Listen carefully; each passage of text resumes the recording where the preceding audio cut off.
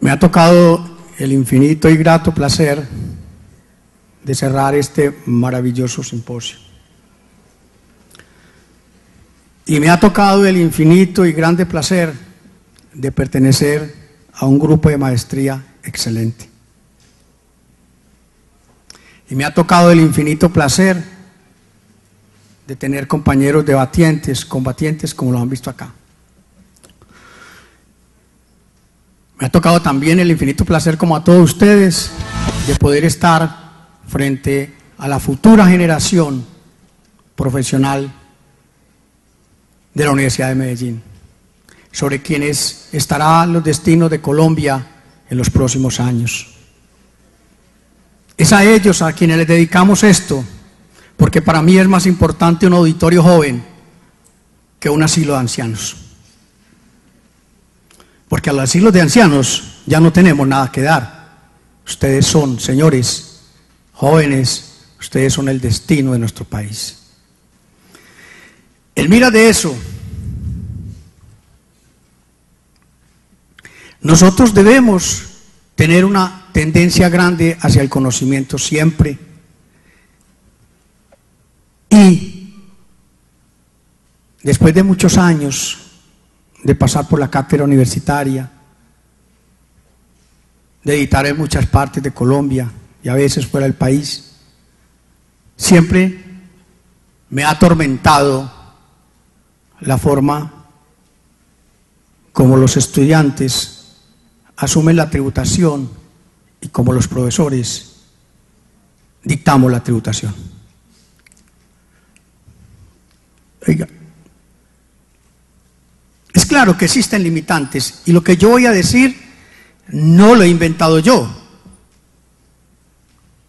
El gran problema con la tributación es que no se ha podido definir. Desde los años 70, Estados Unidos, en el 80, Europa,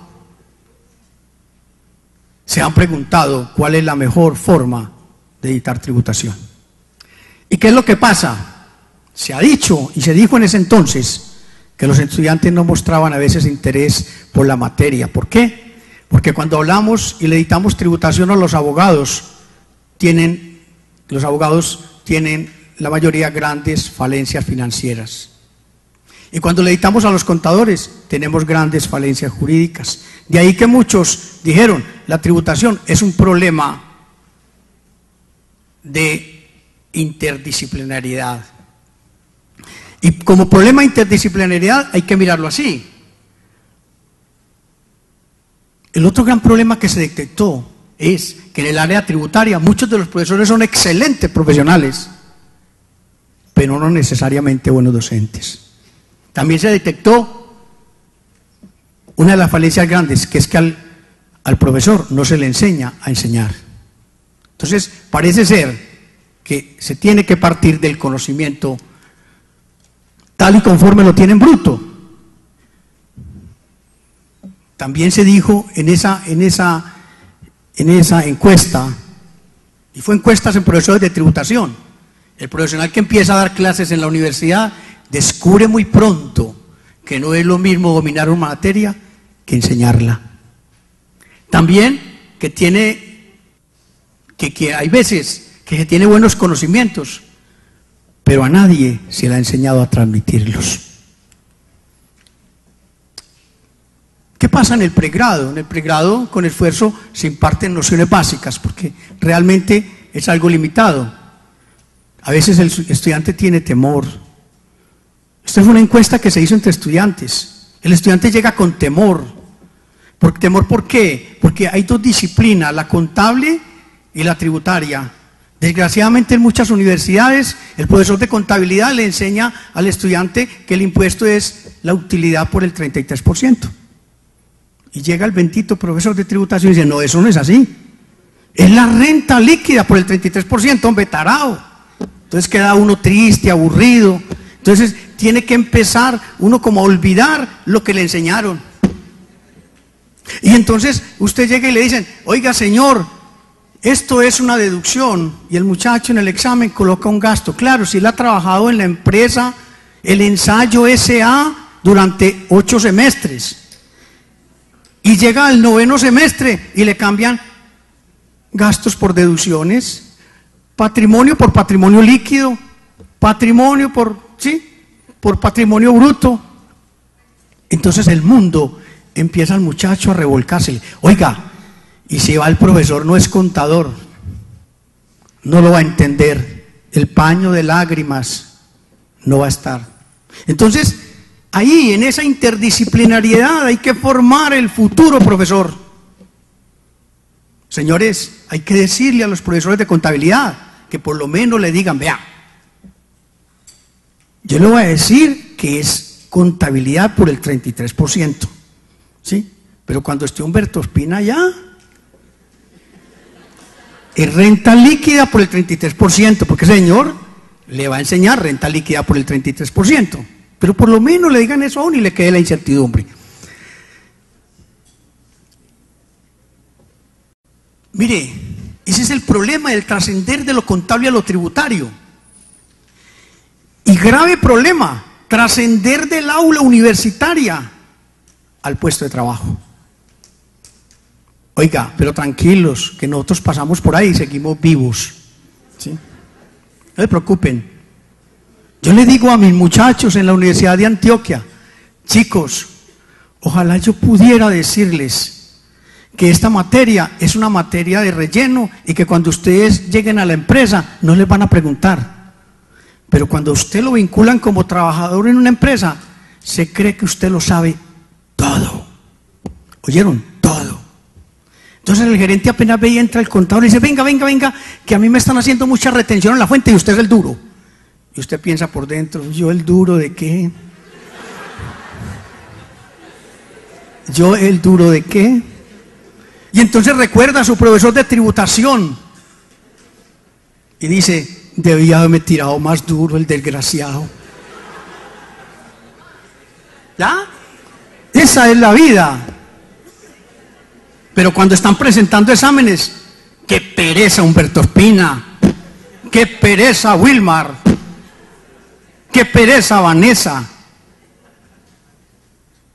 Y si fuera yo, qué pereza no, qué H, P. Muy bien.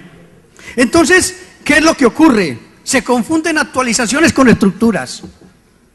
Muchas veces nos preocupamos más por qué cambió la norma. Les cuento, muchachos, yo llevo 41 años enseñando, 32 años de egresado.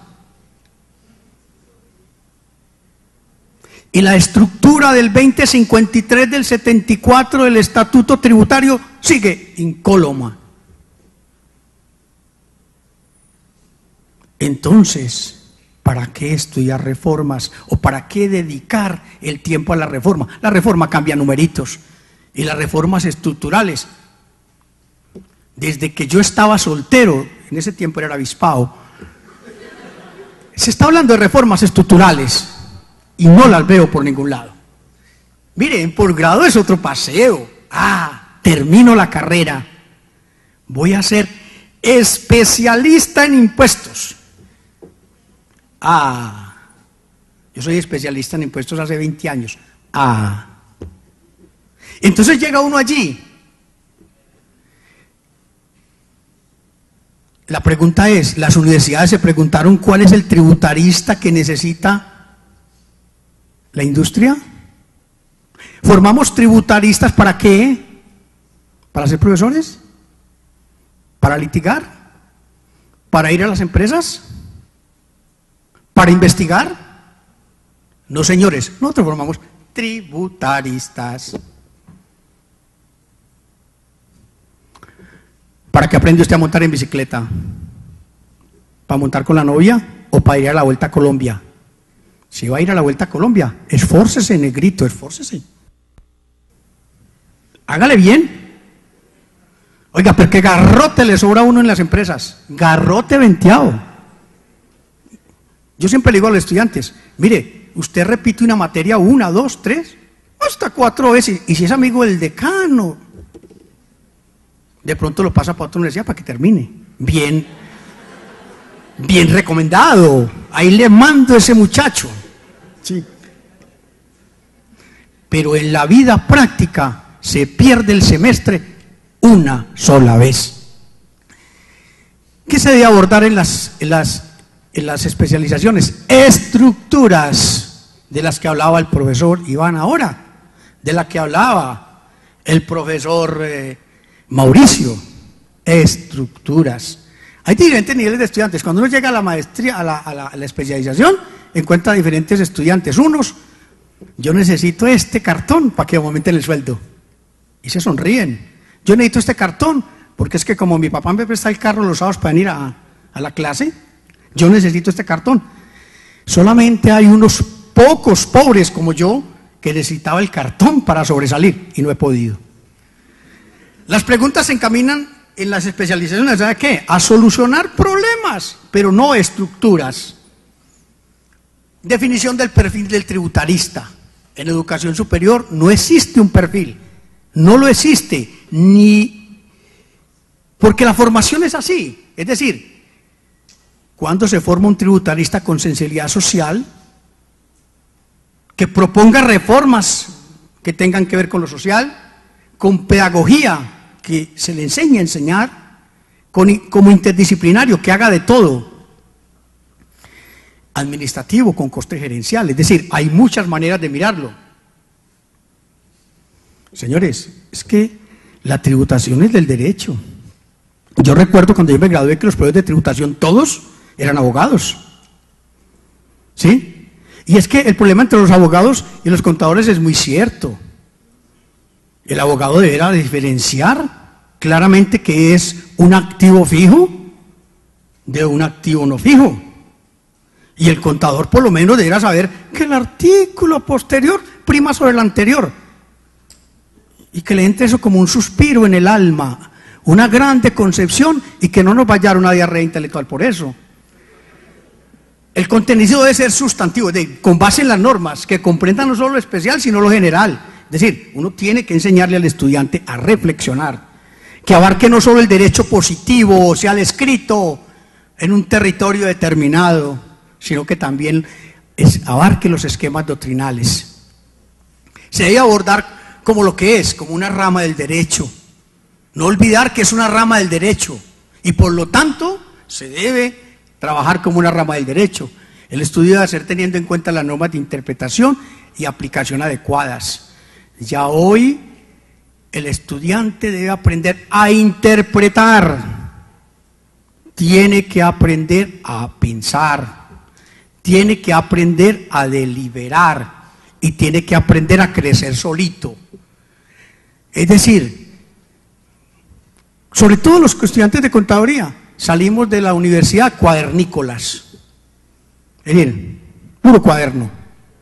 Y desgraciadamente tiene que salir a volverse librícola, puro libro. El compromiso no es solo el legislador, también de los operadores, de los organismos de control, de los asesores y de los especialistas en la rama. El estudiante en tributación debe partir por comprender un andamiaje teórico para interpretar las normas, para aplicar las normas, para tener posición crítica, para participar en políticas públicas. Mire, hay un documento muy bueno que se llama La enseñanza de la tributación, de Leonora Lozano Rodríguez. Está en las memorias